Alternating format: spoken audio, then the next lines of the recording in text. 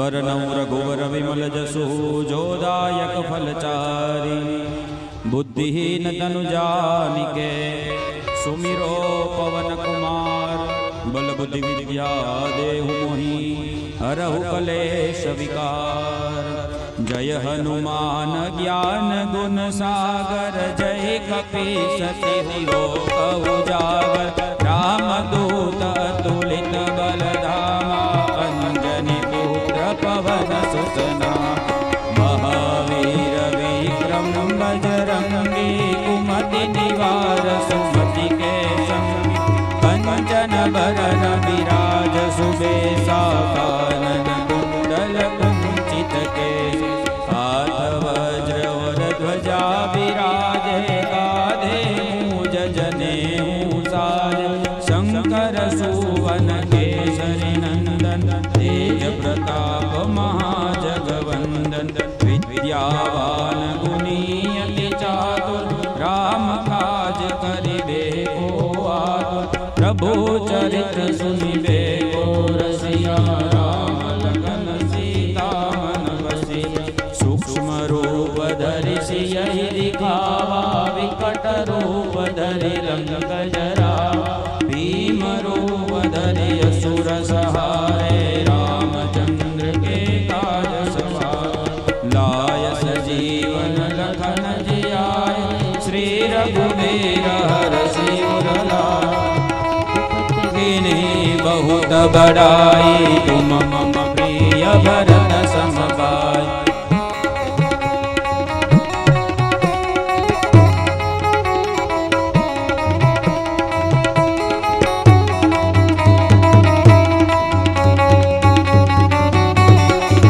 ओ सहस्र बदन तुम रोज सगावे। अस कहि श्रीपति कंठ लगावे। सनकादिक ब्रह्मादि मुनीसा नारद सारद सहित अहिसा। यम कुबेर दिगपाल जहाते कवि कोविद कहि सके कहाते। तुम उपकार सुग्रीव कीन्हा राम मिलाए राजपद दीन्हा। तुम्हारो मंत्र विभीषण माना लंकेश्वर भय जग जग जाना। जुग सहस्र जो जन पर भानु लील्योताहि मधुर फल जानु। प्रभु मुद्रिका मिलि मुख माहि जलधि लाधि गए अचरज नाहि। दुर्गम काज जगत के जेते सुगम अनुग्रह तुम्हारे ते। राम दुलारे तुम रखवारे होत न आज्ञा बिनु पैसारे। सब सुख लहे तुम्हारी शरणा तुम रक्षक काहू को डरना। आपन तेज सवारो आपे तीनों लोक हाथ के काबे। भूत पिशाच निकट नहीं आवे महावीर जब नाम सुना। नासे रोग हरे सब पीड़ा जपत निरंतर हनुमत बीरा। संकट से हनुमान छुड़ावे मन कमल चल ध्यान जोड़ा। सब पर राम तपस्वी राजा तिनके काज सकल तुम साजा। और मनोरथ जो कोई लावे सोई अमित जीवन फल पावे। चारों जुग पर ताप तुम्हारा है बरसी जगत उजियारा।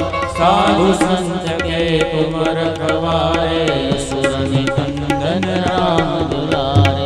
अष्ट सिद्धि नौ निधि के दाता सबर दीन जानकी माता। राम रसायन तुम्हारे पासा सदा रहो रघुपति के दाता। तुम्हारो भजन राम को पावे जन्म जन्म के दुख बिसरावे। अंत काल रघुबर पुर जाई जहाँ जन्म हरि भक्त कहाई। और देवता चीतन धरई हनुमत से सर्व सुख करई। संकट कटे मिटे सुख दीना सुखिते हनुमत बल बीरा। जय जय जय हनुमान गोसाई कृपा करो गुरुदेव की नाई। जो सत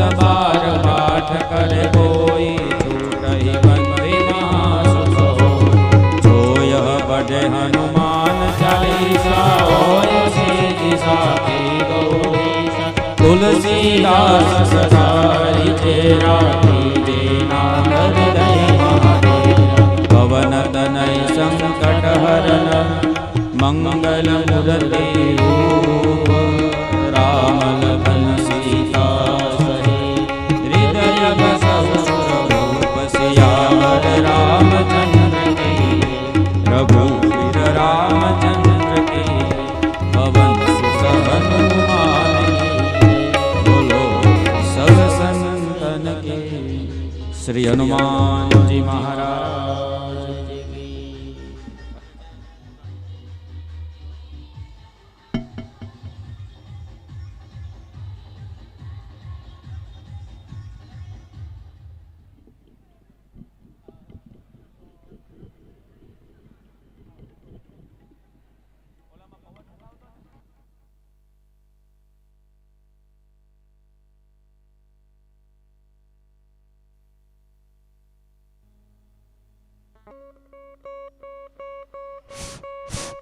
હાલો,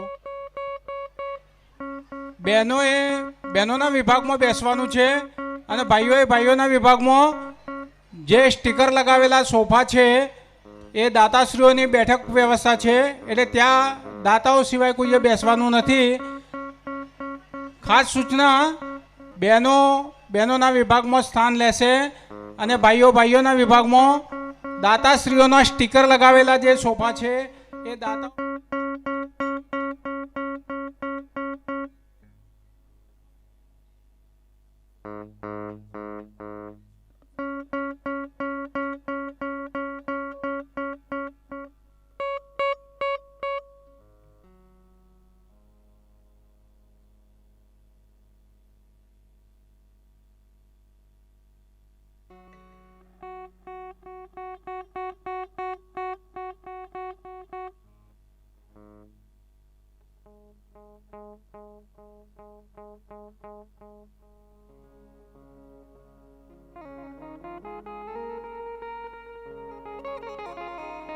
બહેનો અને ભાઈઓ પણ એમને બેસાડવામાં માર્ગદર્શન આપશે. મહારાજ શ્રી આવી રહ્યા છે, આપણા ભાગવત ભગવાન આવી રહ્યા છે, તો આપણે સૌ ઊભા થઈ અને એમનું અભિવાદન કરીશું, જય શ્રી કૃષ્ણ કરીશું. બોલો ભાગવત ભગવાન કી જય.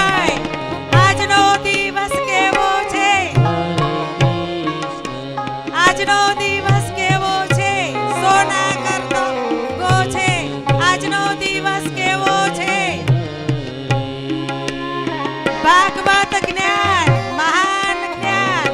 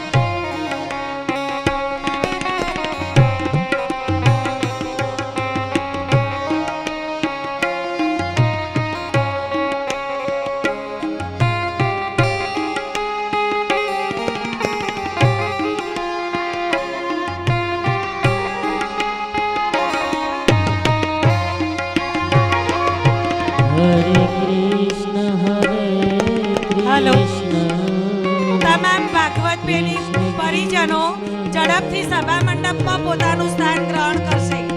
સ્વયંસેવક ભાઈઓ અને બહેનો દાતાશ્રીઓ અને આમંત્રિત મહેમાનોને બેસવા માટે ગાઈડ કરશે. શ્રોતાજનોએ ચપ્પલ બહાર કાઢી અને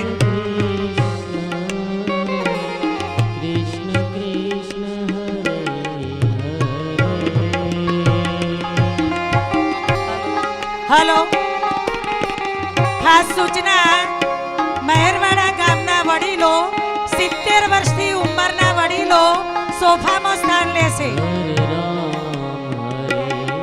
હા, પાછળ જો દાતાઓના સ્ટીકર લગાવેલા છે એની પાછળના સોફામાં સ્થાન લેશે. સફેદ કવરવાળા સોફામાં ગામના તમામ વડીલો જે 70 વર્ષથી વધુ ઉંમરના છે એ દાતાઓના નામ લગાવ્યા સિવાય પાછળ સફેદ સોફામાં સ્થાન લેશે.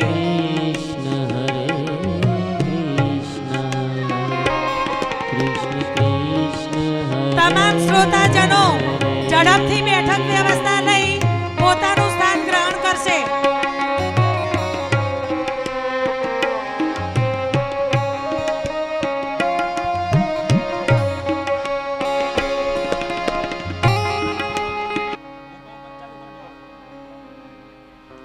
જમણા હાથમાં પુષ્પ ચોખા રાખી ભાગવત ભગવાનનું ધ્યાન કરશું. દરેક યજમાનો હાથમાં પુષ્પ ચોખા રાખશે.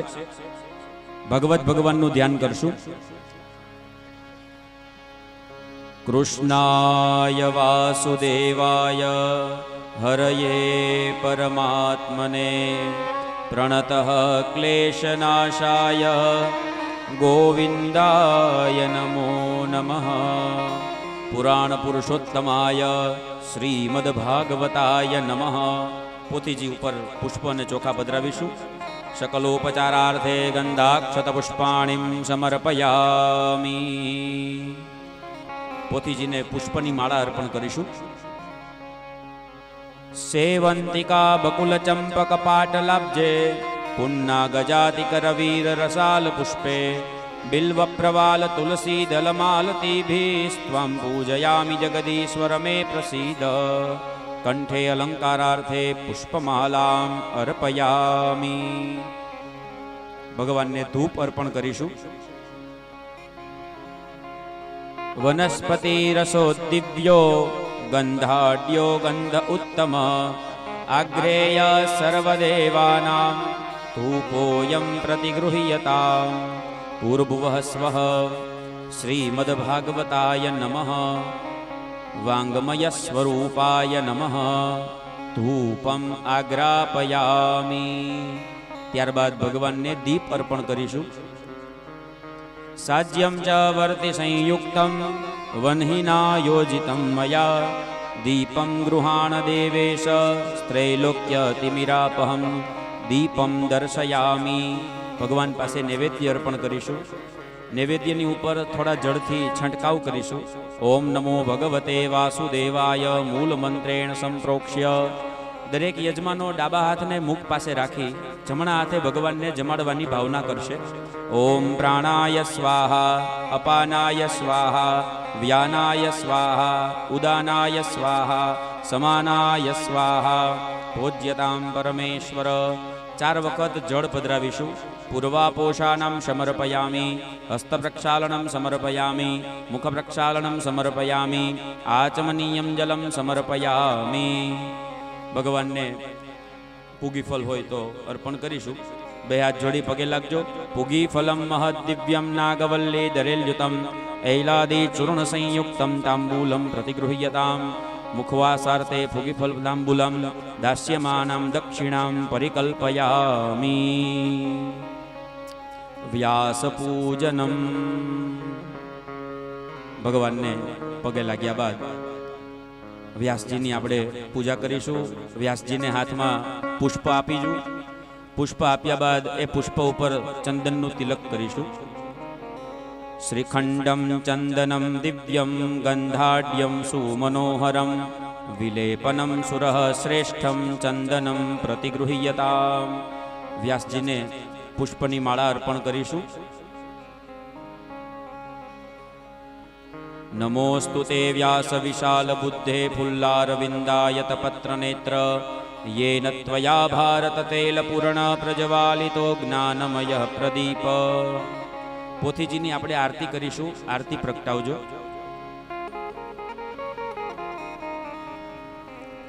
દરેક યજમાનો સાથે ઊભા રહી ભાગવતજીની સામે ભાગવતજીની આરતી કરીશું.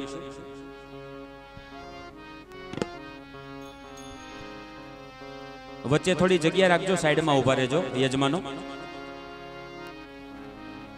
વચ્ચેથી થોડી જગ્યા રાખશું જી. ભગવાનની આરતી કરીએ.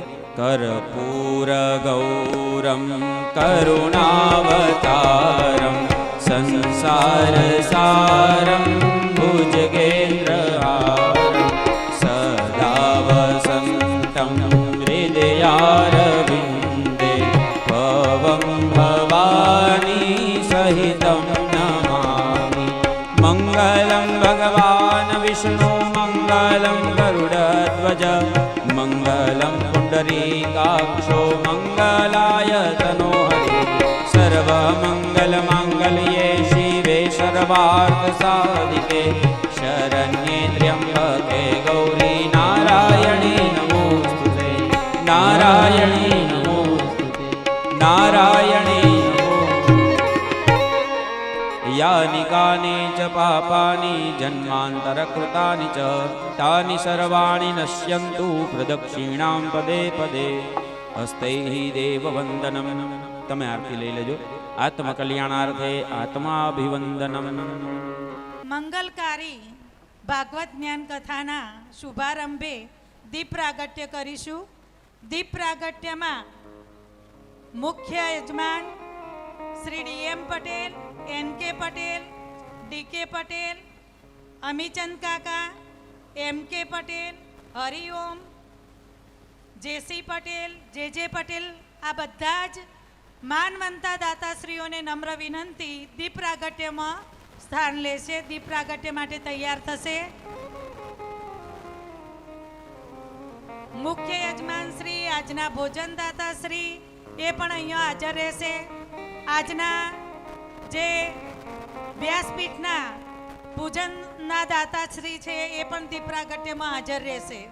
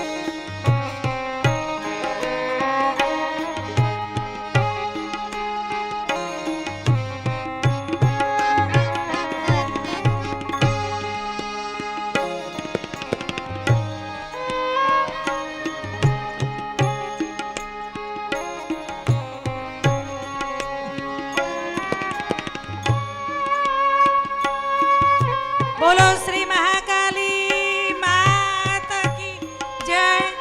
મંડપમાં છે એ બધા જોરથી જય ઘોષ કરશે. આપણો અવાજ આજુબાજુના ગામ સુધી પહોંચવો જોઈએ. બોલો શ્રી મહાકાલી માતા કી. બોલો શ્રી ભાગવત ભગવાન કી જય. બોલો શ્રી ગજાનન ગણપતિ મહારાજ કી જય. બોલો શ્રી ઉમિયા માતા કી જય. ઓમ નમઃ પાર્વતે પતે હર હર મહાદેવ હર.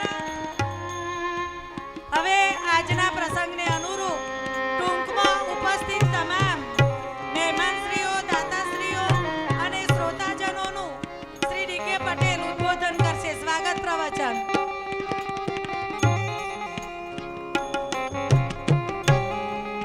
હલો, આપણે વચ્ચે ઊભા નહીં થઈએ.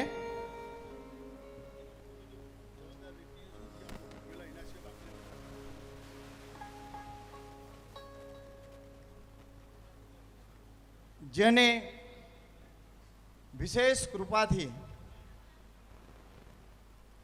આજે મા સમક્ષ આપણે જે સંકલ્પ કરેલો અને એ સંકલ્પની સિદ્ધિ સાથે આજે આ પ્રથમ દિવસની શરૂઆત થાય છે ભાગવત કથાની. તો આપણે જેની શક્તિથી આ કરી રહ્યા છે એવા આપણા બધાની શ્રદ્ધેયમાં મહાકાલીનો જયઘોષથી આપણે એની શરૂઆત કરીશું. બોલો મહાકાલે માત કી જય. શ્રીમદ મોબાઈલ બધા આપણે સાયલેન્ટ મોડમાં મૂકી દઈશું. આપણે સૂચનાઓનું બધા પાલન કરીશું. આપણે બધી સૂચનાઓ આપણા ગ્રુપમાં મૂકેલી છે. સાથે 7 દિવસ આપણે એનું 100% પાલન કરીશું. શ્રીમદ ભાગવત સપ્તાહ જ્ઞાન યજ્ઞ નો આપણો સંકલ્પનો શરૂઆતનો આ પ્રથમ દિવસ. આજે 7 દિવસ સુધી આપણે શ્રીમદ ભાગવત ગીત સપ્તાહનો જે જ્ઞાનામૃત આપણે અહીંયા પીવાના છીએ, આપણે કથાને પીવાની છે. તો એવી ભાગવત કથાનું જ્ઞાન જેમના મુખેથી આપણે સ્વાભરવાનું છે એવા મહારાજ શ્રી પંકજભાઈ જાની, જેને આપણે વેદ વ્યાસ સ્વરૂપે અત્યારે સમજીશું. જેમના પ્રયત્નથી અને જેમને આ કથાની જ્યારે આપણે આયોજન કર્યું અને એમાં ઉસામણી દરમિયાન શ્રીમદ ભાગવત કથાના જે મુખ્ય યજમાન એવા શ્રીમતી શાંતાબેન અમિતચંદભાઈ પરિવાર, શ્રી બિપિનભાઈ, તેમજ અન્ય જે દાતાશ્રીઓ યજમાન છે એ તમામ દાતાશ્રીઓ આ કથાના પ્રયત્નમાં ગામે બહુ જબરજસ્ત સહકાર આપ્યો છે.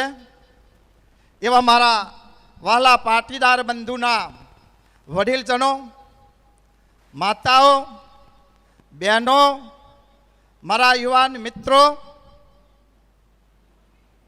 તેમજ અમારા આમંત્રણને માન આપી અમારા સગા સંબંધી, અમારા સમાજના ગામમાંથી, અન્ય આજુબાજુના ગામમાંથી પધારેલ એવા અમારા ભક્ત એટલે શ્રોતાગણ, અમારા આમંત્રણને માન આપીને પધારેલા અમારા આમંત્રિત મહેમાનો, નાના નાના અમારા બાલુડાઓ, અમારી નાની દીકરીઓ કે જેમને આજે ખરેખર પરમાનંદની અનુભૂતિ કરાવી.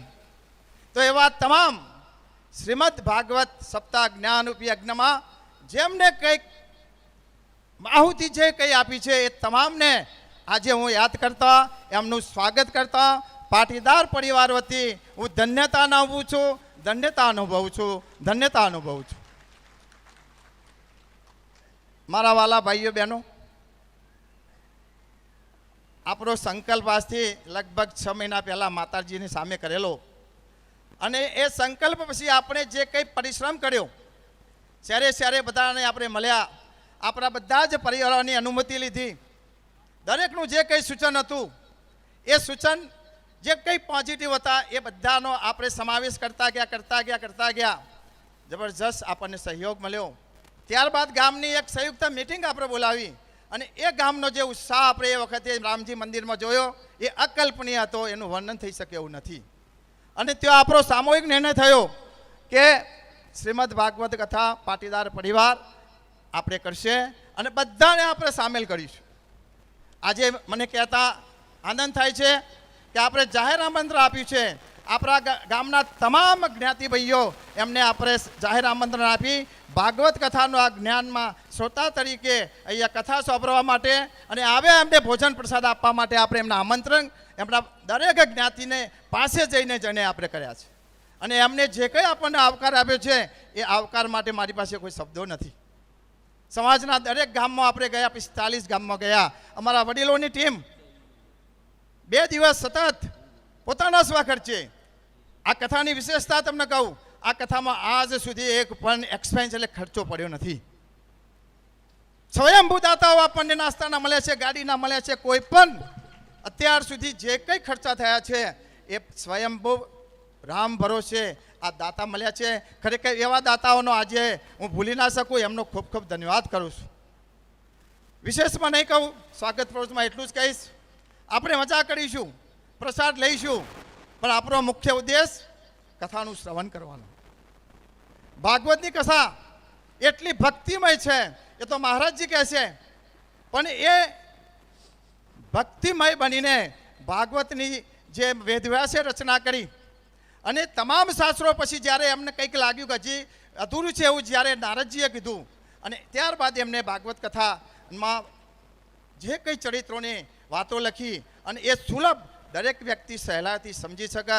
પણ આપણા મહારાજજી, હું ખાસ એમને નમન સાથે કહું કે જ્યારે અમે એમને દાસ સોંપડ્યા એ દિવસથી જ મેં નક્કી કરી દીધું કે ગામમાં ભાગવત કથા થશે તો શ્રી પંકજભાઈ જાણીએ મારા ગામમાં આવશે. અને આજે એ ચરિતાર્થ થયેલો આપણને અહીંયા દેખાય છે. એવા પંકજભાઈ એવા જ્ઞાનની મહાપુરુષ છે, એવા જ્ઞાની વક્તા છે, અહીંયાથી આપણને ઊભા થવાનું મન નહીં થાય. પણ મિત્રો, મારા ગામના મારા પાટીદાર બંધુઓ ગ્રામજનોને વિનંતી કરું કે 7 દિવસ પોતાનું અંગત કંઈ કામકાજ હોય તો એનો ત્યાગ કરજો.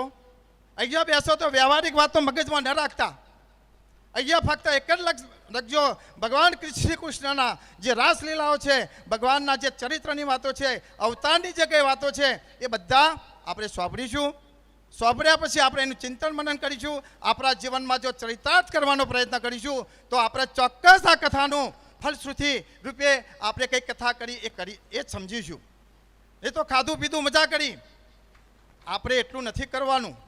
આપણે કથામાંથી જે જ્ઞાન છે એને પીને આપણા જીવનમાં ઉતારવું છે. અસ્તુ એટલું જ કહીશ. બધાને ફરી એકવાર જય શ્રી કૃષ્ણ, જય માતાજી, જય માતાજી.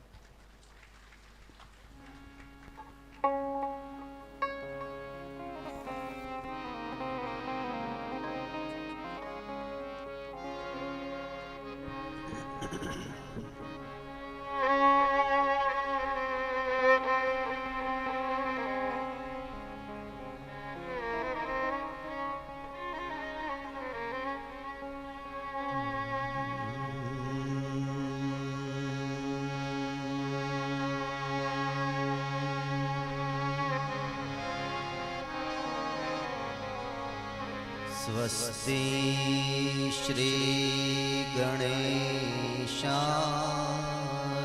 नमः। श्री सरस्वत्यै नमः।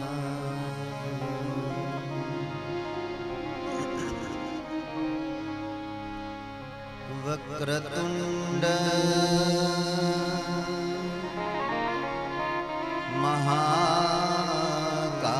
महाकाय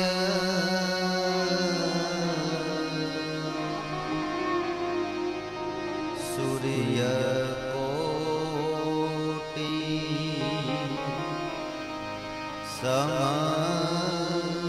समप्रभ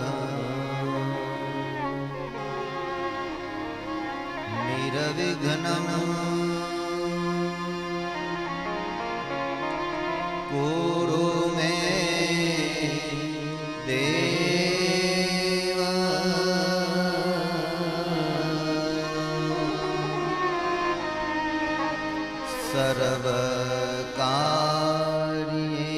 सर्वकार्येषु सर्वदा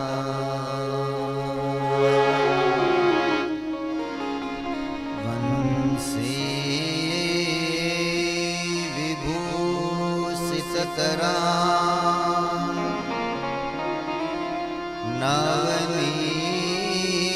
नवनीरदाभा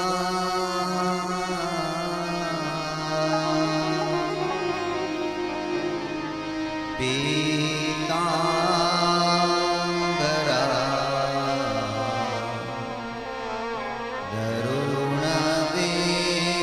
दरुणबिम्बफला धरोष्ठा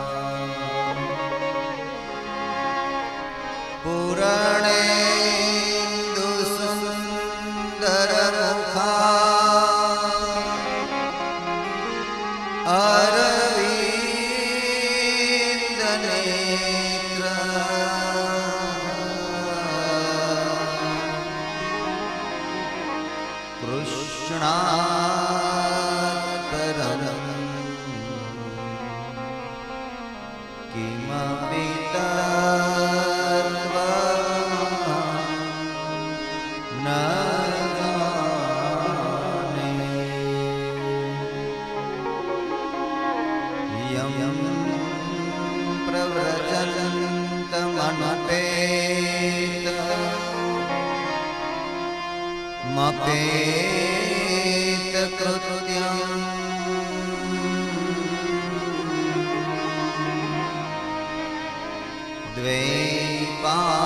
द्वैपायनो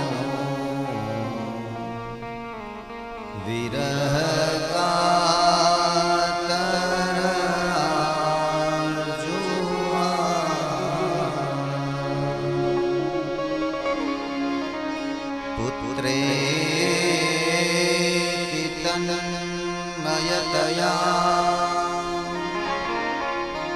तरवो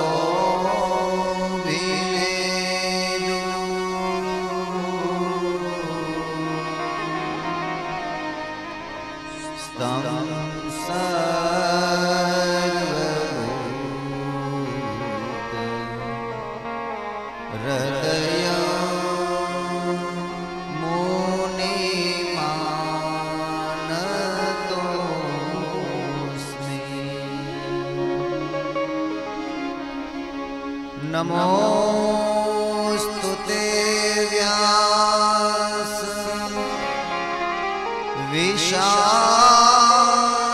विशालबुद्धे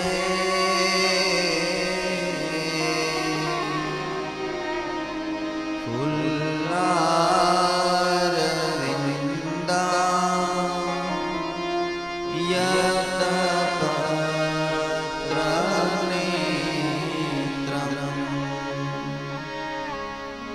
येन त्वया भारत तैलपूर्ण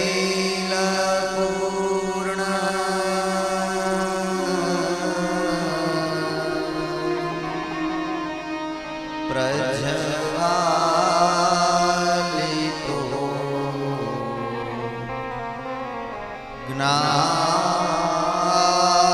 ज्ञानमय प्रदीप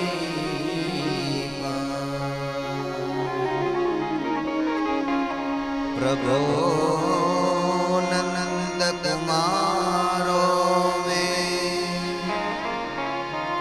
स्वामी वृष भानुजा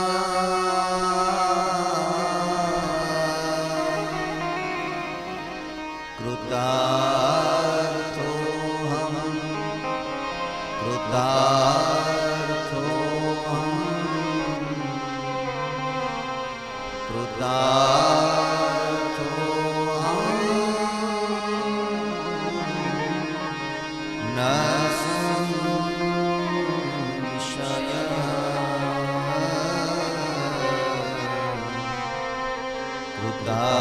कृतार्थो हम न संशयः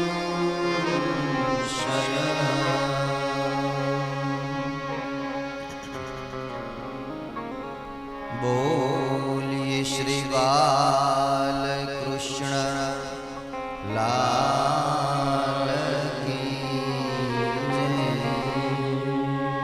राजा रामचंद्र भगवान की जय। हनुमान जी महाराज की जय। महाकाली मात की जय। सद्गुरु देव की जय। सनातन धर्म की जय। ओम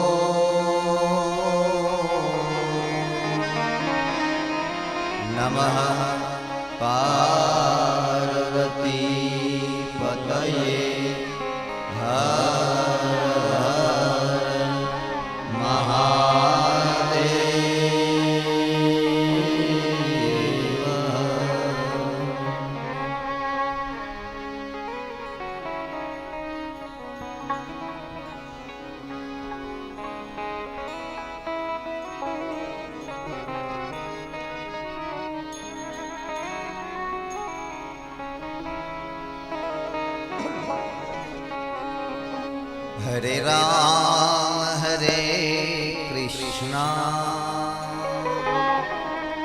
હરે રામ હરે કૃષ્ણ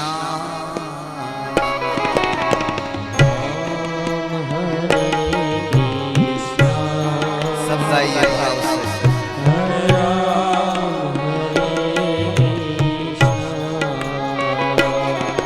हरे राम हरे कृष्ण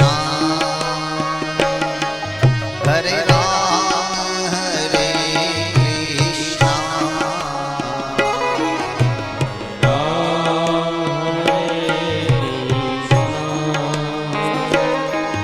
हरे राम हरे कृष्ण हरे राम हरे कृष्ण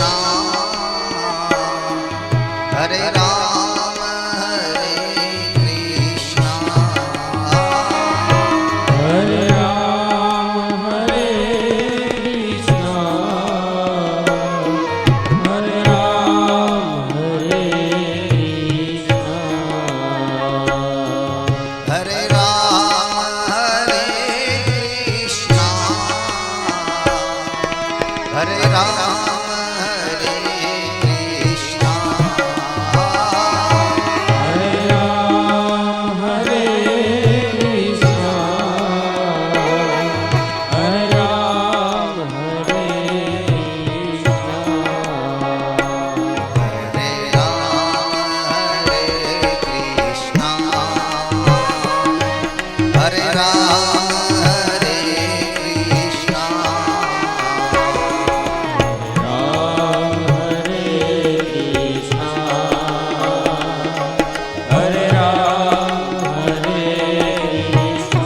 कृष्ण हरे राम हरे कृष्ण हरे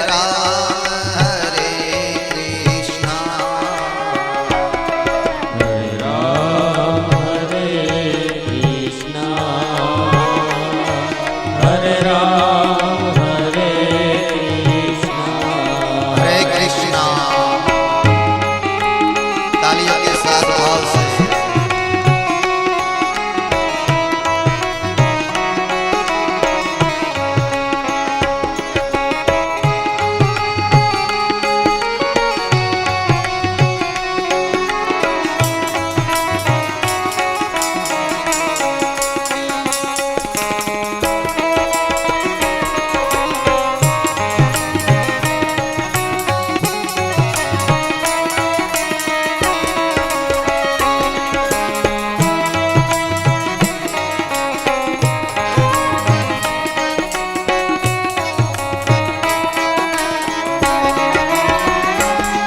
हरे राम हरे कृष्णा हरे राम हरे कृष्णा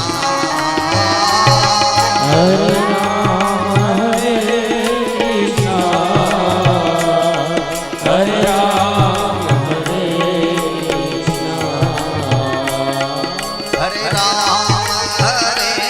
कृष्णा हरे राम हरे कृष्णा आइए हरे राम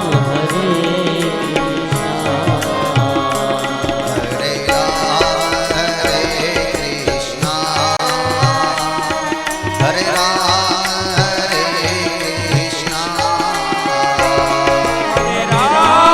हरे कृष्णा हरे राम हरे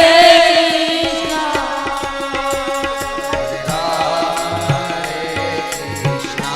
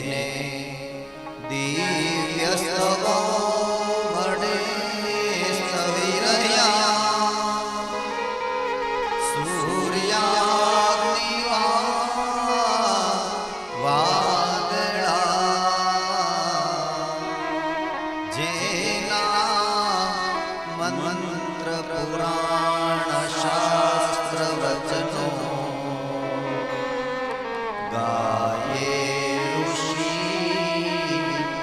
વ્યાકુળા જેનું ધ્યાન ધરી સંયમ કરી જે કરે જંખના જેનો પારન કોઈ પામી શક્યા એ દેવને વંદના એ દેવને વંદના શ્રી ભાગવત ભગવાન કી જય શુકદેવજી મહારાજ કી જય આત્મી પ્રિય શ્રોતાજનો પરમ પતિત પાવની જ્ઞાન ગંગા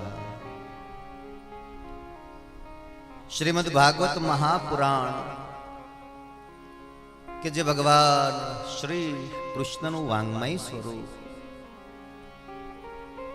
સાક્ષાત ભગવાન શ્રી કૃષ્ણનું એ અલૌકિક રૂપ જેનું મંગલમય પ્રારંભ કરીએ છીએ મહેરવાડા ગામમાં ભગવતી જગદંબા મહાકાલીના સાનિધ્યમાં આજે મંગલાચરણની સાથે જ્યારે મંગલમય ગાથા પ્રારંભ થવા જઈ રહી છે ત્યારે ભગવાન શ્રી હરિના ચરણોમાં પ્રણામ કરી જેના ખોળે આપણે 7 દિવસ રમવાનું છે એવી માં ભગવતી જગદંબાનું સાનિધ્ય છે, માં મહાકાલી માનું સાનિધ્ય છે. એવી માં ભગવતી જગદંબા મહાકાલીના ચરણોમાં વંદન કરી ઉપસ્થિત બ્રાહ્મણો સાથે બિરાજમાન તમામ ભક્તજનોના હૃદયમાં બિરાજતા ભગવાન શ્રી હરિ પરમાત્માને પ્રણામ કરીને મંગલમય ગાથાનો પ્રારંભ કરીએ છીએ. મંગલાચરણ કરવામાં આવ્યું છે. મંગલાચરણ એટલે જે ભગવાનનું સ્મરણ કરીને કોઈ કાર્યની શરૂઆત કરે તો એને મંગલાચરણ કહેવાય. કોઈ પણ કાર્યની તમે શરૂઆત કરો ત્યારે તમે જે ભગવાનમાં શ્રદ્ધા રાખો છો એનું સ્મરણ કરવું, એનું ચિંતન કરવું, એ ભગવાનને યાદ કરીને એ કાર્યની શરૂઆત કરવી, એને મંગલાચરણ કર્યું કહેવાય. દુકાનદાર દુકાન ખોલે એ પહેલા દુકાનને પગે લાગે, તાળું ખોલે ત્યારે દુકાનના ઉંમરે પગે લાગે અને ભગવાનનું સ્મરણ કરે ને પછી અંદર પગ મૂકે, બસ એ મંગલાચરણ કર્યું કહેવાય. દરરોજ સવારે આપણે જાગીએ ત્યારે આપણે હથેળીનું દર્શન કરીએ અને ભગવાન શ્રી હરિ પરમાત્માનું સ્મરણ કરીએ અને દિવસની શરૂઆત થાય એ મંગલાચરણ કર્યું કહેવાય. રાત્રે જ્યારે આપણે સૂઈએ ત્યારે પણ ભગવાનનો આભાર માનીને આપણે સૂતા હોઈએ ત્યારે રાત્રિનું મંગલાચરણ કર્યું કહેવાય. કે જેનું સ્મરણ થાય અને અમંગલનો નાશ થાય, જીવન મંગલમય બને, વાતાવરણ મંગલમય બને, વાણી મંગલમય બને અને વિચાર મંગલમય બને, એને મંગલાચરણ કહેવાય.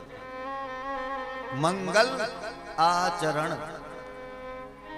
એ શાબ્દિક અર્થઘટનો કરવા હોય તો મંગલાચરણના ઘણા બધા કરી શકાય.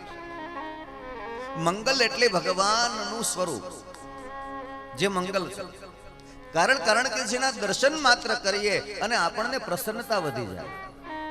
ભગવાનના તમે દર્શન કરો પછી તમારું મન હળવું થાય. ઘણીવાર આપણે એવું બોલ્યા છીએ ખરા, ઘણીવાર આપણે એવું બોલતા સાંભળ્યું છે ખરા કે હાલો ને આજ જરાક મન મૂંઝાય છે તો ભગવાનનું દર્શન કરી આવીએ. હાલો ને આપણે જરાક આજે મનને ક્યાંક અશાંતિ છે ને તો હાલો ને ક્યાંક મંદિરે જાય. શું કામ? મંદિરમાં એવું તે શું તત્વ છે કે જે તમારા મનને શાંતિ આપે છે? આ તત્વનું નામ છે મંગલમય ભગવાનનું સ્વરૂપ, કે જેનું સ્મરણ માત્ર કરીએ, દર્શન માત્ર કરીએ અને આપણું મંગલ થઈ જાય.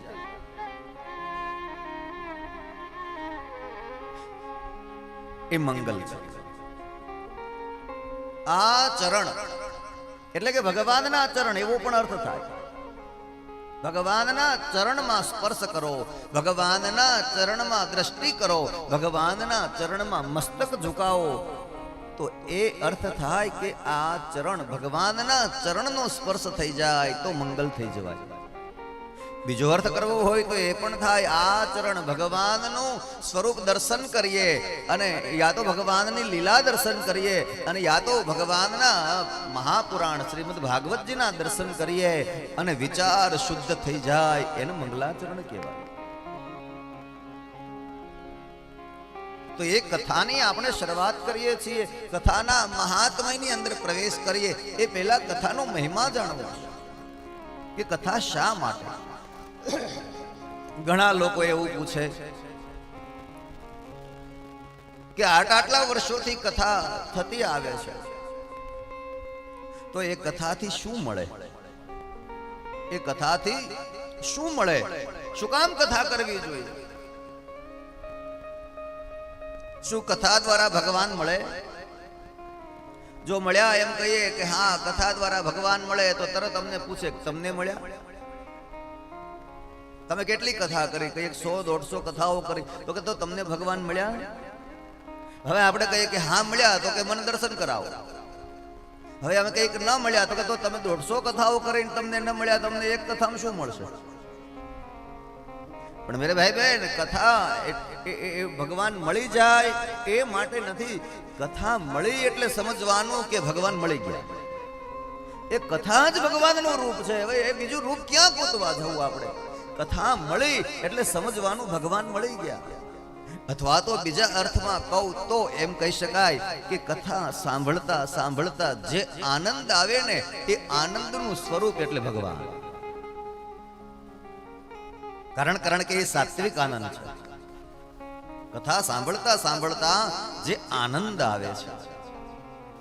મીરા મેવાડના જંગલોમાં ભટકતી ભટકતી વૃક્ષોને આલિંગન કરતી, વૃક્ષોને બથ ભરે અને એમ કે મેરે તો ગિરધર ગોપાલ, દૂસરો ન કોઈ મેરે તો ગિરધર ગોપાલ. એટલે કોઈ કે મીરાને એમ કહ્યું, અરે અરે મીરા તારો ગિરધર ગોપાલ તો ચાલ્યો ગયો અને એને ગયા એને 5000 વર્ષ વીતી ગયા અને હજી તું આમ જંગલમાં મેરે તો ગિરધર ગોપાલ મેરે તો ગિરધર ગોપાલ કરતી ભટકતી રહીશ તો તને કઈ એમ ગિરધર ગોપાલ મળી જવાનો છે? એટલે ત્યારે મીરાએ એને જવાબ આપ્યો કે હું ગિરધર ગોપાલને શોધવા માટે નથી ફરતી. તમે એવું માનો છો કે હું ગિરધર ગોપાલને શોધવા ભટકું છું? ના, ગિરધર ગોપાલ તો મને મળી ગયો છે. તો કે તો આમ શું કામ કરે છો? આ વૃક્ષોને બાથ ભરી ભરી અને એમ કે મેરે તો આવું કરવાનું કારણ શું? ત્યારે મીરાએ કીધું કે હું આવું કરું ને તો મને આનંદ આવે છે. બસ યહી આનંદ કા નામ હૈ પરમાનંદ. ઈશ્વરનું ભજન કરતા કરતા જે આનંદ આવે તે આનંદને જ પરમાનંદ કહેવાય. મારું કથાનું એક સૂત્ર છે કે આનંદ હોય ત્યાં જ પરમાનંદ આવે. પ્રસન્ન પ્રસન્ન પ્રસન્ન. દત્તાત્રેયના 24 ગુરુઓ છે, એમાંના એક ગુરુનું નામ છે સમુદ્ર. એને કોઈને પૂછ્યું કે તમે સમુદ્રને કેમ ગુરુ બનાવી લીધો? એટલે કીધું કે સમુદ્રની પાસેથી મને એક ગુણ મળ્યો અને એ ગુણનું નામ છે પ્રસન્નતા. જેના જીવનમાં પ્રસન્નતા હોય, જેના જીવનમાં આનંદ હોય, એના જીવનમાં પરમાનંદને આવવું જ પડે. એને પરમાનંદને આવવું જ પડે. આ કથા દ્વારા બીજું શું મળે? જીવનમાંથી ભય તૂટી જાય, ડર ભાંગી જાય. મને ને તમને જીવનમાં ઘણા બધા પ્રકારના ભય સતાવે છે. એમાંનો પહેલો ભય છે ધર્મનો ભય. આપણને વારે વારે એવું લાગ્યા કરે કે હું આમ કરું તો મારો ધર્મ ભ્રષ્ટ થઈ જશે, હું આમ કરું તો મારો ધર્મ ખંડિત થશે, હું આમ કરું તો ધર્મ મને ઠપકો આપશે. આ પહેલો ભય લાગે એનું નામ છે ધર્મનો ભય. બીજો ભય લાગે એનું નામ છે ભગવાનનો ભય. હું આમ કરું તો ભગવાન નારાજ થઈ જશે, આ ભગવાનનો ભય. હું આમ કરું તો ભગવાન રૂઠી જશે, આ ભગવાનનો ભય. ત્રીજો સમાજનો ભય લાગે. ત્રીજો સમાજનો ભય લાગે કે હું આમ કરીશ તો સમાજ મને શું કહેશે, હું આમ કરીશ તો સમાજ મારી ઠેકડી કરશે, હું આમ કહીશ તો સમાજ મને આંગળી ચીંધશે, હું આમ કરીશ તો મને સમાજ તરછોડી દેશે. આ સમાજનો ભય છે. અને ચોથો ભય લાગે મૃત્યુનો ભય. હવે આ ચાર, મૃત્યુનો ભય તો કોને ન લાગે? મરવાની બીક બધાયને છે, પણ આ ચાર પ્રકારના ભય છે એમાંથી જો છૂટી જવું હોય તો રસ્તા બતાડ્યા. પહેલો ધર્મનો ભય લાગે. તો કે ધર્મનો ભય તો ત્યારે લાગે ને કે તમે અધર્મ કરો તો. ધર્મથી ડરવાની શું જરૂર છે? ધર્મને પ્રેમ કરો, ધર્મને વળગીને રહો, ધર્મના માર્ગે ચાલો, એટલે ડરવાની શું જરૂર? ડર તો ત્યારે લાગે કે આપણે ધર્મના માર્ગે નથી ચાલ્યા એટલે ડર લાગે. તો પહેલો ભય મટાડવો હોય તો ધર્મના માર્ગે ચાલવું, ધર્મને પ્રેમ કરવો.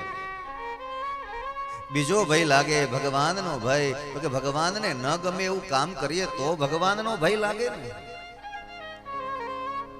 ભગવાનને ગમે એવા જ કામ થાય જીવનમાં તો ભગવાનની સાથે લગાવ જોડાઈ જાય, પ્રેમ થઈ જાય. અને જો ભગવાન સાથે પ્રેમ થઈ જાય તો પછી ભગવાનથી ડરવાની શું જરૂર છે? ત્રીજો સમાજનો ભય લાગે. તો કે સમાજનો ભય એટલે લાગે છે ને કે આપણે કાંઈક અસામાજિક કામ કર્યું છે. આપણે સમાજના ડરથી શું કામ જીવવું પડે? તો કે સમાજ આપણને આંગળી ચીંધે એવું કંઈક આપણાથી થઈ ગયું છે એટલે સમાજનો ડર લાગે છે. તો જીવનમાં એવું કોઈ સમાજથી વિરુદ્ધ ચાલીને સમાજ આંગળી ચીંધે એવું અસામાજિક કામ જ આપણે શું કામ કરીએ? અને ચોથો ભય લાગે એ મૃત્યુનો ભય. મૃત્યુનો ભય આપણને ન સતાવે એ માટે શું કરવું જોઈએ? તો કે જેને ધર્મનો ભય નહીં લાગે, જેને ભગવાનનો ભય નહીં લાગે અને જેને સમાજનોય ભય નહીં લાગે, એટલે કે જે ધર્મને ક્યારેય છોડતો નથી, જે ભગવાનને ગમે એવા જ કામ કરીને ભગવાનને પ્રેમ કરીને જીવે છે, જે અસામાજિક કામ કોઈ દી કરતો નથી, એને મૃત્યુ શું સતાવે? એને મૃત્યુનો ભય કદાપી ન લાગે. જે ધર્મના માર્ગે ચાલે, જે ભગવાનને પ્રેમ કરે અને જે સમાજમાં પરોપકારનું કાર્ય કરે, એને મૃત્યુનો ભય ન સતાવે. મૃત્યુ આવે તો પણ એને અંત સમયે ભગવાનની જ યાદ આવે. અંત સમયે ભગવાનની જ યાદ આવે. એટલે આ કથા છે એ પરમાનંદ પાવે, પરમાનંદ. કથા એટલે કઈ આપણને સાક્ષાત ભગવાન દર્શન દે અને આપણે એના સ્વરૂપને જોઈ શકીએ, એ બધી આપણી આત્મજ્ઞાનની વાતો છે. પ્રત્યક્ષ ભગવાનના દર્શન કરવા હોય તો અંતર્મુખ થવું પડે. આંખ બંધ કરો અને ભગવાન દેખાય, આંખ બંધ કરો અને ભગવાન દેખાય, એ આપણી પરાકાષ્ઠા છે.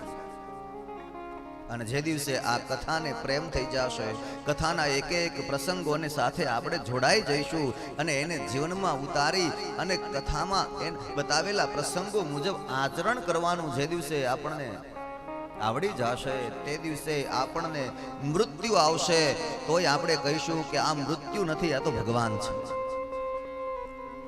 તો મૃત્યુનો આપણને ડર. પરીક્ષિત રાજાએ સુખદેવજી મહારાજની પાસે 7 દિવસ કથા સાંભળી, પછી એવું તો નથી બન્યું કે એનું મૃત્યુ ન થયું. એનું મૃત્યુ તો થયું, પણ જ્યારે મૃત્યુ આવ્યું ત્યારે પરીક્ષિતે કીધું કે આને મૃત્યુ ન કહેવાય, આ તો સાક્ષાત મારો વાલો આવ્યો, આ તો સાક્ષાત મારો ભગવાન પધાર્યા. આ મૃત્યુનો મને જરાય ભય નથી. કારણ કે પરીક્ષિતનો આત્મા એ પરમાત્માની સાથે મળી ચૂક્યો, તો પછી એને મૃત્યુનો ભય શું લાગે? એમાં કથા પ્રસંગો જો આપણને મળી જાય અને એ કથા પ્રસંગોમાં પ્રેમ થઈ જાય અને એમાં આનંદ આવે અને એ આનંદમાં પરમાનંદ વ્યાપી જાય તો તે દિવસે મૃત્યુ આવી જાય તોય આપણે એવું કહી શકીએ, અરે ધન્ય આજની ઘડી તે આજની ઘડી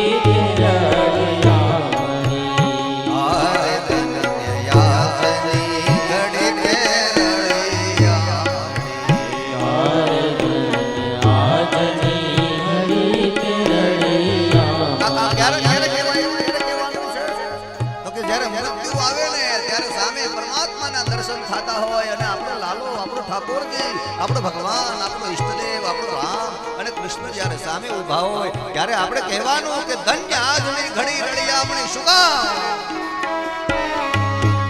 હે જી મારો વાલયાની વધામણી રે મારો વાલયાની વધામણી હો હે મારો વાલયાની વધામણી રે મારો વાલયાની વધામણી હો ધીરે ધીરે આજની ઘડી તે રળિયામણી હરે સખી આજની ઘડી તે રળિયામણી હરે સખી આજની ઘડી તે રળિયામણી હરે સખી આજની ઘડી તે રળિયામણી હરિ બોલ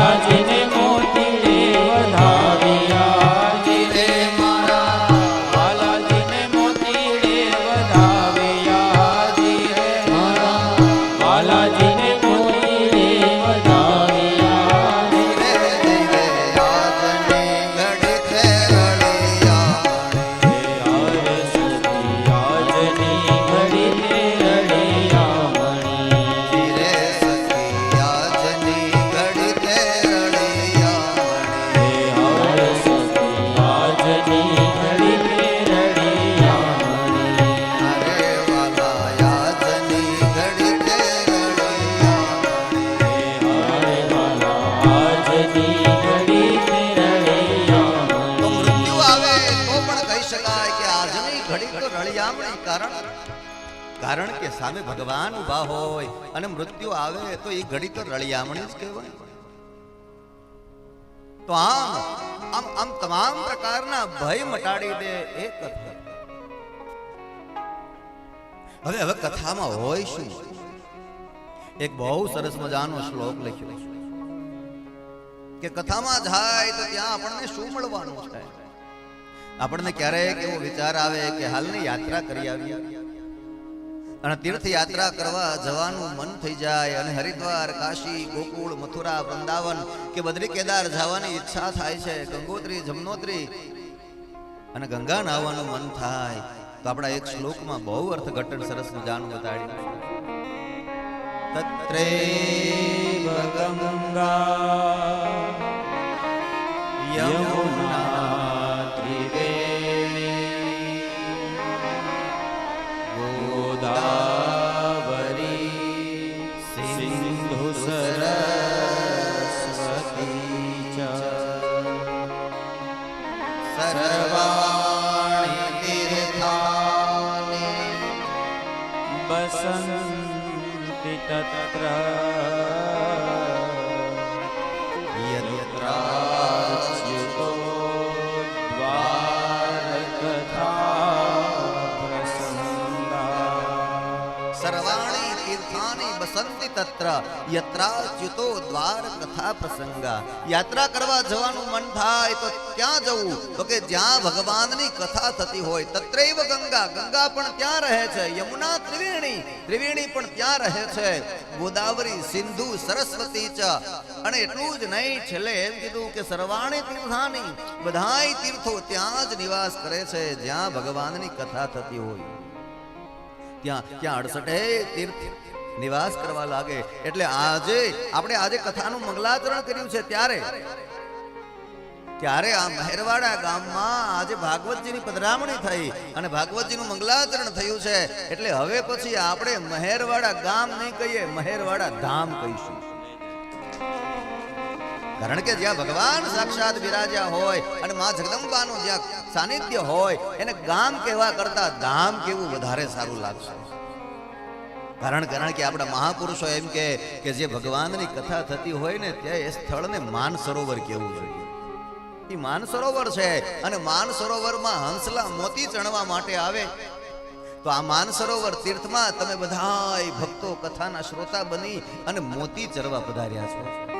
તમે બધા હંસલા છો. હંસલા એટલા માટે કહું છું કે જેને કથામાં પ્રેમ હોય ને એ જ કથામાં આવે અને કથાને પ્રેમ કરે ને એ તો હંસલો કહેવાય. એ તો મોતી ચરે. કયા મોતી ચરશે? તો કે ભાગવતજીના એક એક શ્લોકોના અર્થઘટનો થશે ને તો એ શ્લોકોના પ્રસંગો, ભાગવતજીના પ્રસંગો, એના ચરિત્રો, લીલાગાન એ બધાય ભગવાનના મોતી છે. ભગવાનની કંઠના પુષ્પમાળાના મોતી છે અને એ મોતીડા ચરવા એટલે ભાગવતની કથાના પ્રસંગોને પાન કરવા. એટલે કથામાં જે આવે એ બધાય માનસરોવરના હંસલા છે.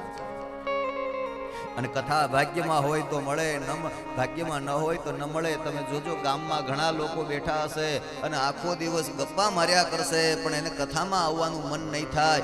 એટલે સમજવાનું કે હજી એનામાં હંસલો બની શકે એવી ક્ષમતા નથી આવી. એ માનસરોવરનો હંસલો બની નથી શક્યો. શું કામ? તો કે એને કથામાં આવવાનું મન નથી થતું. તો એ કથા એ એવું પરમ ચૈતન્ય તત્વ છે. તમારે યાત્રા કરવા જવું હોય તો કેટલી બધી વસ્તુની જરૂર પડે. એક તો યાત્રા કરવા જાઓ તો સૌથી પહેલો સમય જોઈએ, આજે જે કોઈ પાસે નથી. બીજું સંપત્તિ જોઈએ. પૈસા વગર, ધન વગર યાત્રા નથી થતી, તો સંપત્તિ પણ જોઈએ. ત્રીજું સંગાથ સારો જોઈએ. યાત્રા કરવી હોય તો એકાદ બે જણા સારા સંગાથી સાથે મળી જાય તો મજા આવે યાત્રામાં. અને ચોથી વાત, સાથે ભાતું જોઈએ. યાત્રા કરવા જાઓ તો સાથે ભાતું જોઈએ. પણ મેરે ભાઈ બહેન, અહીંયા કેટલી બધી વ્યવસ્થા કરી છે તમે જુઓ. આ મહેરવાડા ગામ અને એ ગામમાં જ્યારે ભાગવતજીનું મંગલાચરણ થયું છે તો યાત્રા કરવા માટે માત્ર તમે 7 દિવસનો સમય આપશો ત્યાં 68 તીર્થનું ફળ મળી જશે. માત્ર 7 દિવસમાં 68 તીર્થનું ફળ મળી જશે. બીજી વાત રહી સંપત્તિની, તો જેની પાસે ભગવાને કૃપા કરી છે એમણે આપી અને નથી આપી એને કઈ ના તો પાડી નથી. કદાચ કોઈનાથી પરિસ્થિતિ વિકટ હોવાના કારણે એટલી બધી સંપત્તિ ન આપી શકે, જેવી એની સ્થિતિ એ પ્રમાણે એમાં ધન યોગદાન કરી શકે, તો પણ કથા તો બધાને એક સરખી જ મળવાની, એમાં કોઈ ભેદભાવ થવાનો નહીં. પ્રસાદ પણ એક સરખો મળવાનો, એમાં પણ કોઈ ભેદભાવ થવાનો નહીં. તો બીજો ફાયદો આપણને એ પણ થયો કે આપણે કદાચ એવી સામર્થ્યતા નથી ધરાવતા કે આપણી પાસે ઓછી સંપત્તિ છે, તો એ આ 68 તીર્થની યાત્રા એને તો થવાની જ છે. ત્રીજી વાત, સંગાથ સારો જોઈએ. સંગાત સારો જોઈએ. જે કથામાં આવે ને એના વિચારો શુદ્ધ હોય તો જ એને બે પગ ઉપર ચાલીને કથા મંડપ સુધી પહોંચવાનું મન થાય. નહીતર સાહેબ જેના વિચારો શુદ્ધ ન હોય ને એ ક્લબમાં જાય, શરાબના અને જુગારના અડ્ડામાં જાય, પણ કથામાં એનું મન ન લઈ આવે. કારણ કે એનું વિચાર શુદ્ધ નથી બન્યો. જ્યારે જેના વિચારો શુદ્ધ બન્યા હોય ને એ બધાય સંગાતી સારા જ કહેવાય. અને અહીંયા જે કથા મંડપમાં બેઠા છે ને એ બધાય શુદ્ધ વિચાર વાળા છે એટલે પધાર્યા છે. એ ભગવાનને પ્રેમ કરે છે, ભગવાનની કથાને પ્રેમ કરે છે એટલે પધાર્યા છે. એટલે આ સૌ સારા સંગાતીઓનો સંગ થયો છે એટલે આપણને એ પણ મળી ગયું. અને ચોથી વાત હતી કે આપણી પાસે ભાતું જોઈએ. તો મેરે ભાઈ બહેન, ભાતું આપણે કદાચ યાત્રા કરવા નીકળો, ટ્રેનમાં જાઓ, બસમાં જાઓ, પ્લેનમાં જાઓ, તો એ સાથે કંઈક થેપલા, પરોઠા બધી વ્યવસ્થા કરીને જવું છે. અહીંયા આ મહાપ્રસાદની કેટલી સુંદર વ્યવસ્થા કરી છે કે જેટલા પણ ભક્તગણો આવે એ બધાય પ્રસાદ લઈને જાય. એટલે તમારે ક્યાંય ભાતું લઈને જવાની જરૂર નથી. અને બીજી વાત, હું તમને આ વ્યાસગાદીથી મારા અનુભવથી ખાતરી આપું છું, જો તમે ખરેખર કથાને પ્રેમ કરતા હશો અને જો કથાના એક એક પ્રસંગોમાં તમે અંદર ઉતરી જાશો અને એ કથાના પ્રસંગોમાં ઓતપ્રોત થઈ જાશો તો 12 વાગશે તોય તમને એમ નહીં લાગે કે ભૂખ લાગી છે. આ સમજવાનું કે કથા એ આપણી ભૂખ પણ મિટાવી દે. કથા એ આપણી ભૂખ ભાંગી નાખે. એને ન તરસ લાગે ન એને ભૂખ લાગે. આ સમજવાનું કે આ પરમાત્માની લીલા, એ કથા અમૃતનો સ્વાદ આપણે માણ્યો છે એટલે ભૂખ તરસ મટી ગઈ છે. આ તો આપણા શરીરને પોષણ આપવું પડે એટલે આપણે બપોરે થોડી વાર વિશ્રામ લઈએ અને પ્રસાદ લઈ. અને એ પ્રસાદ પણ જ્યાં ભાગવતજીની કથા ગવાતી હોય ત્યાં એ માત્ર ભોજન નથી, ત્યાં એ માત્ર પ્રસાદ નથી. એને એ ભોજનને મને કહેવા દો કે મહાપ્રસાદ કહેવાય. જ્યાં ભગવાનની દ્રષ્ટિ પડી જાય એને પ્રસાદ માત્ર નહીં, મહાપ્રસાદ કહેવાય. તમારા ઘરની અંદર જો ભજન ભળી જાય તો એ ઘર મંદિર બની જાય. મુસાફરીમાં ભજન ભળી જાય તો એ મુસાફરી યાત્રા બની જાય. તમારા પરિવારની અંદર કીર્તન ભળી જાય તો એ પરિવાર દેવમય બની જાય. અને પ્રસાદમાં જો ભગવાનનું ભજન ભળી જાય તો એ પ્રસાદ મહાપ્રસાદ બની જાય. એમાં મહાપ્રસાદનો પણ તમને આજે અવસર સાંપડ્યો છે.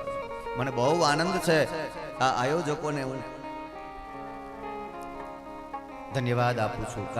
કારણ કે આ ગામની અંદર મેં સાંભળ્યું કે 40 વર્ષથી કથા નથી થઈ હોય, પણ કોઈ નાનું આયોજન થયું અને થોડા ઘણા શ્રોતાઓ ભેગા બેસીને સાંભળ્યા હશે. પણ આવું સુંદર મજાનું, આટલું વિશાળ, આવું ભવ્ય અને આવું દિવ્ય કથા મંડપ અને આવું તીર્થક્ષેત્ર બન્યું, એવું આયોજન લગભગ 40 વર્ષથી થયું નથી એવું મને જાણવા સાંભળવા મળ્યું.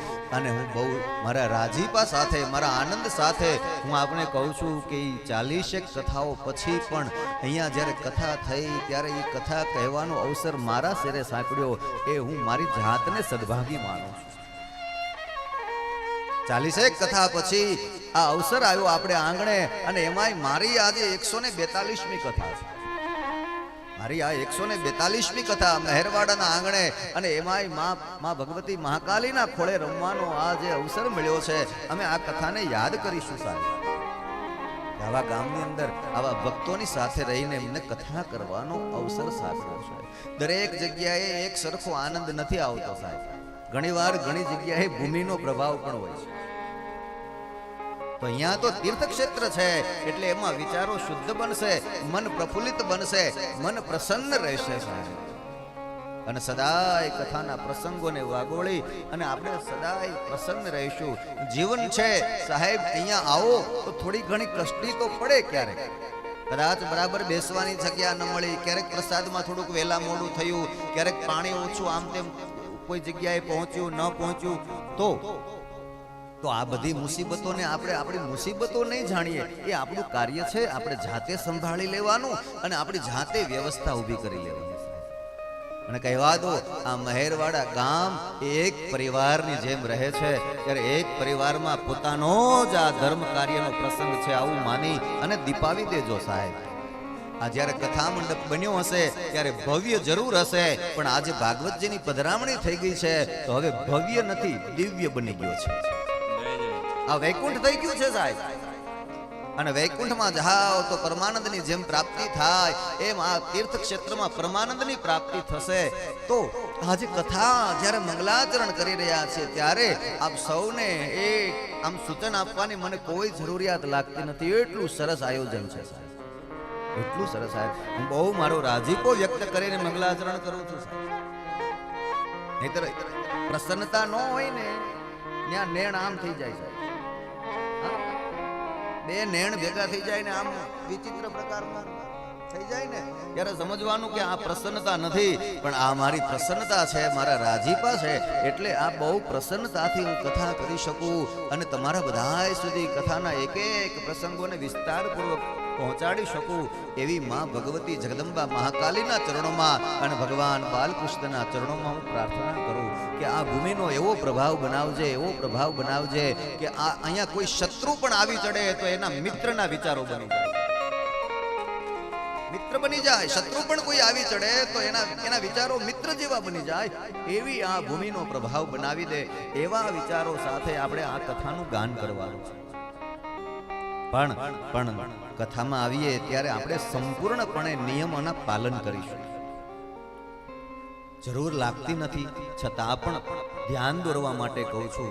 કથા મંડપની અંદર આવીએ ત્યારે આપણે બૂટ ચપ્પલ યથાયોગ્ય સ્થાને રાખીએ જેથી કરીને બધી જ વ્યવસ્થા જળવાય. પછી કદાચ કોઈક નનકડું બાળક ચપ્પલ પહેરીને આવી જાય તો એને તોછડાઈ ભર્યું કરીને એને ધમકાવવું, મારવું અને રડાવવું એવું પછી નહીં કરવાનું. બાળક છે, સમજાવવાનું. આપણે જાતે એની વ્યવસ્થા કરવાની. બધી વ્યવસ્થા ન જળવાઈ શકે, જેટલી જળવાય એટલા પ્રયાસો આપણે કરવાના. કથા મંડપ એ તીર્થ ક્ષેત્ર છે તો તીર્થ ક્ષેત્રમાં સ્વચ્છતા પણ એટલી જ જરૂરી છે. એટલે અહીંયા જે કંઈ પણ વ્યવસ્થાપકો વ્યવસ્થા રૂપે જે અહીંયા કરે છે બધી સ્વચ્છતા રાખવાના પ્રયાસો જરૂર કરે, પણ છતાં પણ દરેક શ્રોતાજનોનું એક કર્તવ્ય, એક ફરજ બની રહેશે કે આપણે જાતે જ અહીંયા સ્વચ્છતા રાખીએ. આ તીર્થની આપણે સ્વચ્છતા જાતે જ જાળવીશું. કોઈને ચીંધીશું નહીં. કચરો પડ્યો હોય દેખાય જાતે લઈ લેવાનો. શું કામ આપણે જાતે આપણે પોતે જ સ્વયંસેવક.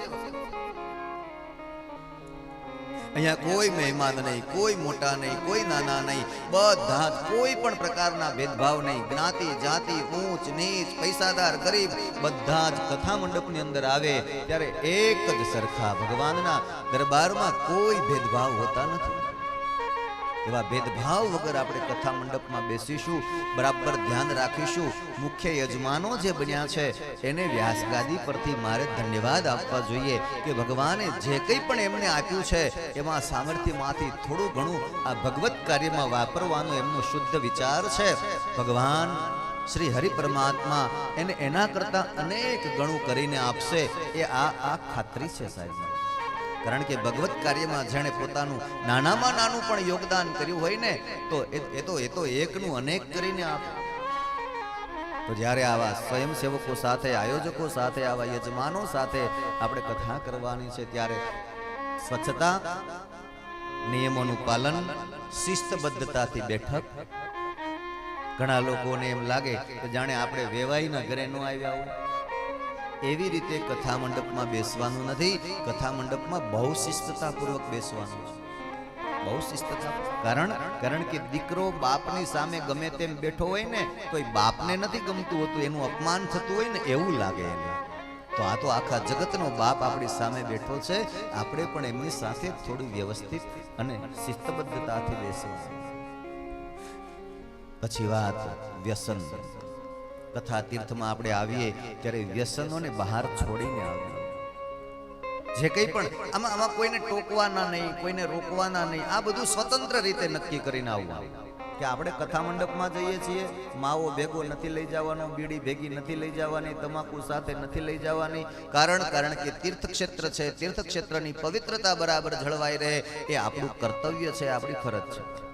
એટલે એ રીતે આપણે કથા તીર્થની અંદર આપણે આવીશું, એ બરાબર ધ્યાન રાખીશું. હવે રહી વાત પ્રસાદની. તમે મહાપ્રસાદ લેવા જ્યારે પ્રસાદ ઘરમાં જાઓ ત્યારે જેટલું તમને રૂચે એટલું ભોજન જમો, પણ બગડે નહીં અને એઠવાડમાં ખોટી રીતે વેડફાઈ ન જાય એનું બરાબર ધ્યાન રાખજો. તમે જેટલું ભોજન ઈચ્છો તેટલું જમજો, સાત્વિક જમજો, શરીર ન બગડે એ રીતે જમજો અને એ અન્નનો બગાડ ન થાય એ રીતે જમજો, કારણ કે તે મહાપ્રસાદ છે. એટલે એવી રીતે પ્રસાદ પણ આપણે લઈશું.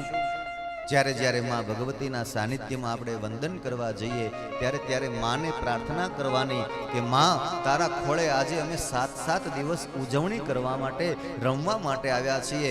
તો માં, અમારું શરીર સ્વસ્થ રહે, અમારું મન સ્વસ્થ રહે, અમારી ચિત્તની વૃત્તિઓ એકાગ્ર બની જાય અને ભગવાનના ચરણોમાં લાગી જાય, એવી માના ચરણોમાં પ્રાર્થના કરી અને શક્તિ માંગીએ કે ભગવાન, આ 7 દિવસ સુધી અમારું આરોગ્ય બધાનું સારું રહે.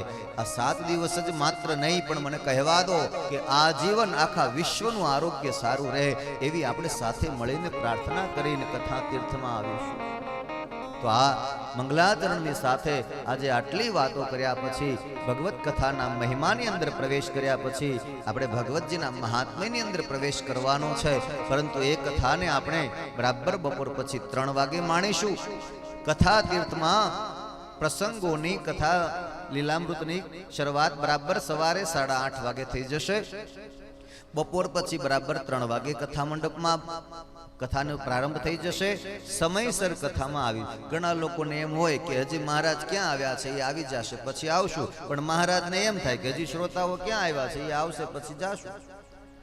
એટલે એવું ન બની જાય. પણ તીર્થ ક્ષેત્રમાં આપણે મહિમા જાણવો છે, લીલામૃતનું પાન કરવું છે, તો થોડી જિજ્ઞાસા વૃત્તિ રાખીને જલ્દી મને આગળ બેસવું છે, મને આગળ બેસવું છે, આવા ભાવથી વહેલા આવી જવાનું અને આગળથી બેસવાની શરૂઆત એવી રીતે કરવાની. પછી જેમ શ્રોતાઓ આવતા જાય, ઘણા લોકોને નહીતર છે ને એવી આદત હોય કે શોર્ટકટ ચાલે, એટલે મોડા આવ્યા હોય પછી આમ પડખેના દરવાજાથી અંદર આવી જાય અને આગળ જગ્યા મળે એવા ભાવથી. એટલે એવું કોઈએ કરવાનું નહીં, આપણા મુખ્ય દરવાજેથી જ અંદર પ્રવેશ કરવાનો, કારણ કે હું એ ત્યાંથી જ આવવાનું. શોર્ટકટ આવવાતું હોત તો આમ બધે એવી રીતના, પણ મુખ્ય દરવાજેથી જ અંદર પ્રવેશ કરવાનો, આગળથી બેસવાની શરૂઆત કરવાની અને દરેક જગ્યાએ બેઠા પછી વારે વારે ખોટી દોડધામ ન કરવી. વ્યવસ્થિત રીતે શાંતિથી કથા પૂરી થાય ત્યાં સુધી સાંભળવી. બરાબર 8:30 વાગે કથામાં આપણે સાથે મળીને પ્રવેશ કરી જઈશું. મારા આવતા પહેલા દરરોજ સવારે અહીંયા હનુમાન ચાલીસાનો પાઠ થશે. એટલે સંગીત કલાવૃંદની સાથે તમારે બધાએ સવારે 8:30 પહેલા 15 મિનિટ અગાઉ આવી જવાનું અને હનુમાન ચાલીસાના પાઠમાં સાથે જોડાઈ જવાનું. અને હનુમાન ચાલીસાનો પાઠ સંપન્ન થઈ જાય એટલે તરત જ મંગલાચરણ કથાનું થઈ જશે. એટલે એ રીતે આપણે સમયસર કથાનો પ્રારંભ કરીશું અને સમયસર કથાને વિરામ આપીશું. કદાચ કથાને પૂરી કરવામાં 11:30 ને બદલે 11:15 કે 12 કથાના પ્રસંગોને અનુરૂપ સમયને મુકામ અમે આપીએ તો એ રીતે થોડો ઘણો ફેરફાર થશે. સાંજે પણ 6 ને બદલે કદાચ 6:30 થઈ જાય. એ કથા પ્રસંગને પહોંચાડવા માટે એટલો થોડો ફેરફાર થશે, પણ બની શકે એટલે આપણે સમયની મર્યાદા જાળવીએ એ હેતુ આપણો ખાસ રહેશે. ખાસ કથામાં એકાગ્ર ચિત્તથી કથા સાંભળો એવો અમારો સૌનો ભાવ છે. આइए कुछ देर के लिए हरि नाम सिमरन. कृष्ण गोविंद गोविंद गोपाला, कृष्ण गोविंद गोविंद गोपाला, कृष्ण गोविंद गोविंद गोपाला, कृष्ण गोविंद गोविंद गोपाला. भजो मुरली मानो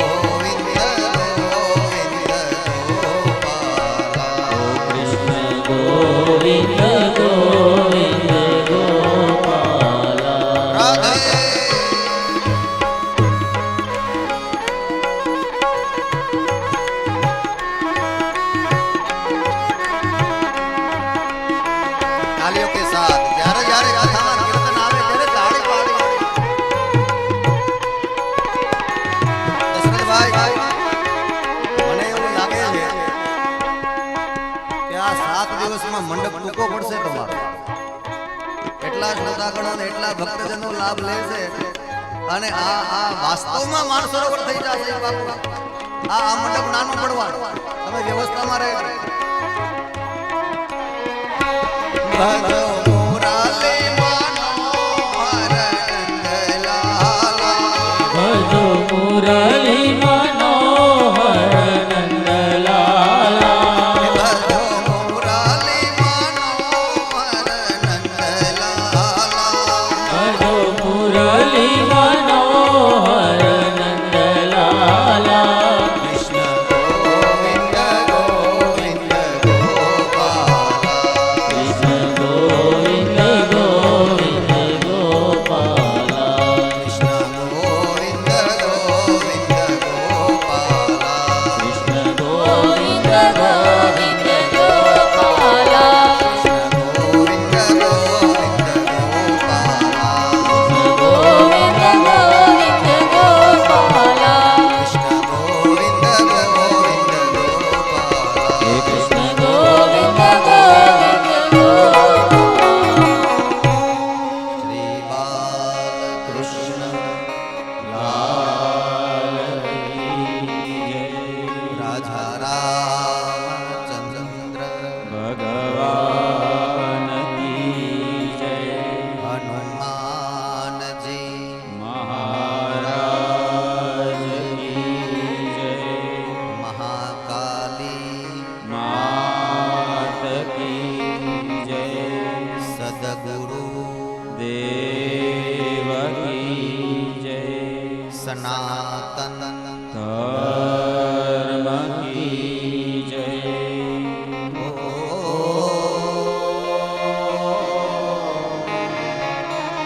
નમઃ પાર્વતી પતયે હર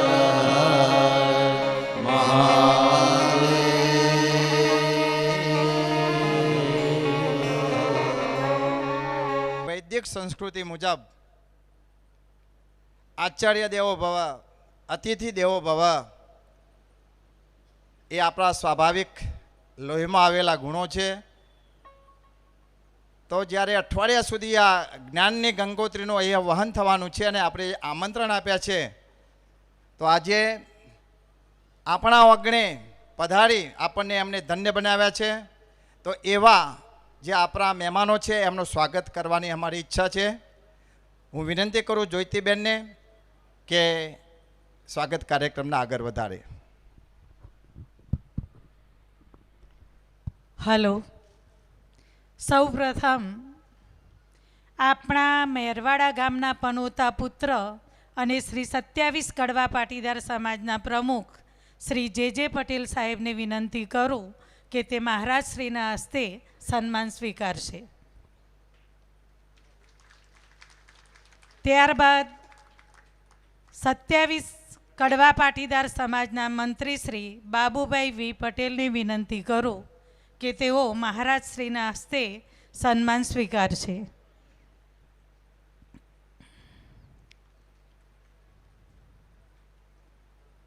ત્યારબાદ આપણી વચ્ચે અન્ય સમાજ શ્રેષ્ઠી પણ પધારેલા છે. શિવરામભાઈ પટેલ, શિવમ સેલ્સ પાલનપુર, પ્રમુખ શ્રી 42 સમાજ, પ્રમુખ શ્રી 42 સમાજ એ પણ મહારાજશ્રીના હસ્તે સન્માન સ્વીકારશે. આપણે તાળીઓના ગડગડાટથી મહેમાનશ્રીઓનું સન્માન કરીશું. પટેલ હીરાભાઈ જોઈતારામ પટેલ, લિયોડા, સમાજ શ્રેષ્ઠી શ્રી, તેઓ પણ મહારાજશ્રીના હસ્તે સન્માન સ્વીકારશે.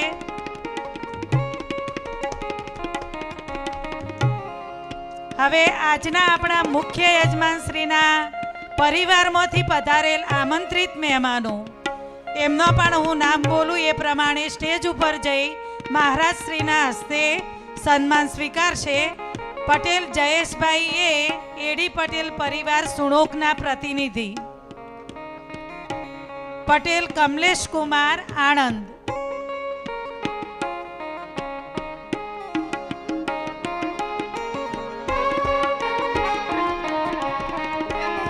જે મહેમાનશ્રીઓ સ્ટેજ ઉપર સન્માન સ્વીકારે એ અહીંયા આવશે. અહીંથી બિપિનભાઈના હસ્તે સન્માન સ્વીકારશે.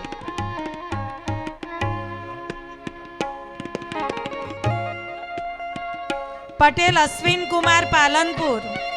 પટેલ અશ્વિન કુમાર પાલનપુર. મૂળચંદદાસ પટેલ લિહોડા. મૂળચંદદાસ પટેલ લિહોડા.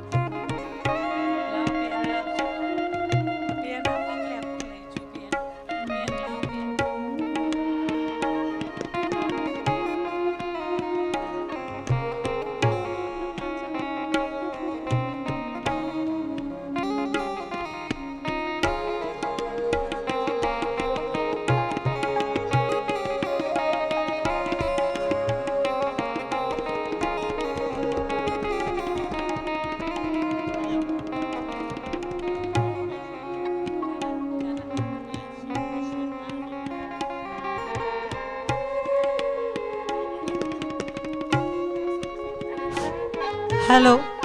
આજના માનવંતા ઉપસ્થિત મહેમાનો,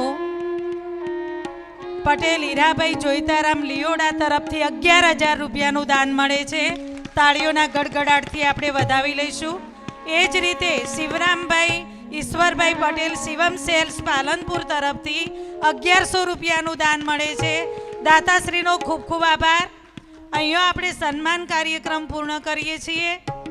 અને આજે મહારાજશ્રીએ જે કથા મંડપની સૂચનાઓ આપી એનું આપણે 7 દિવસ ચુસ્ત પાલન કરીશું.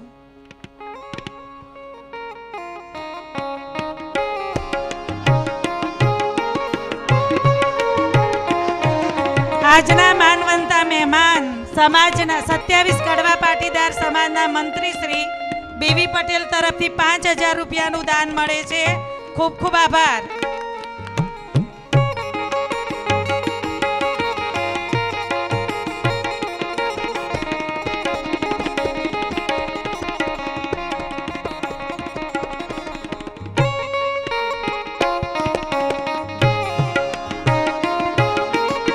જો સુધી મહારાજ શ્રી આપણી વચ્ચેથી પ્રસ્થાન ના કરે ત્યાં સુધી આપણે કોઈએ જગ્યા છોડવાની નથી. અને મહારાજ નીકળે એટલે ઊભા થઈ અને એમનું અભિવાદન કરીશું અને પછી જગ્યા લઈ લઈશું.